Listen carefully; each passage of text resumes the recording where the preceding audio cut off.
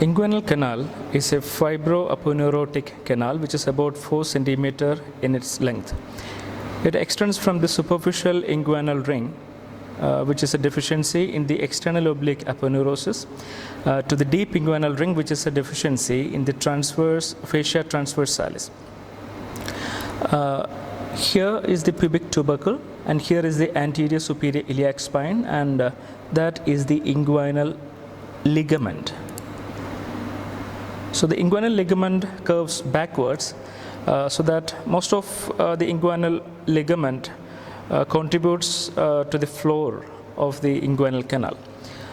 This is the aponeurosis of the external oblique abdominis muscle. There is a superficial inguinal ring. You can see the deficiency. Since this is a male inguinal canal, you can see the spermatic cord coming out of the superficial inguinal ring, and this is the testis, and that is the spermatic cord. When we reflect the external oblique aponeurosis, we cut here and we separate here and reflect it downwards and laterally.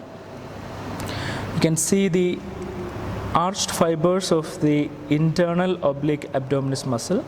This is the arched fibers of internal oblique abdominis muscle, and these fibers also forms the part of the roof of the inguinal canal, and here is a part of the inguinal canal which you can see after reflecting the external oblique aponeurosis, and also you can see the spermatic cord.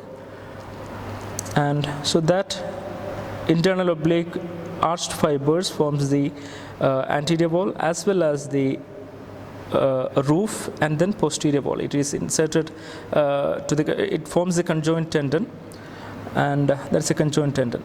When we reflect this internal oblique abdominis muscle, the part of the muscle, when we reflect it downwards, behind that you can see the transversus abdominis muscle, and this is the arched fibers which arises more from the lateral part of the inguinal ligament, and then immediately it arches and joins with the aponeurosis of the internal oblique abdominis muscle, and that forms the conjoint tendon. So that is the conjoint tendon formed by the aponeurosis of the internal oblique abdominis muscle and transversus abdominis muscle. When we reflect the transversus abdominis muscle, behind that, here is the reflecting it downwards and laterally. There again you can see the spermatic cord, and also here you can see the fascia transversalis. So this membrane is the fascia transversalis, and the deficiency of this fascia transversalis is the deep inguinal ring. So here at this point, here is the deep inguinal ring. Actually, the fascia transversalis continues as a tubular extension, which is then named as the internal spermatic fascia. So here is the deep inguinal ring.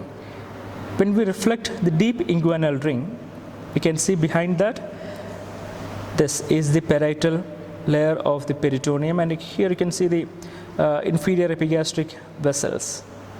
You can see that vessels, and here is the peritoneum, parietal peritoneum. After reflecting that, here straight away we reach the peritoneal cavity of the abdomen. And the muscle here, you are seeing here is the part of the rectus abdominis muscle. So that is all about the inguinal canal.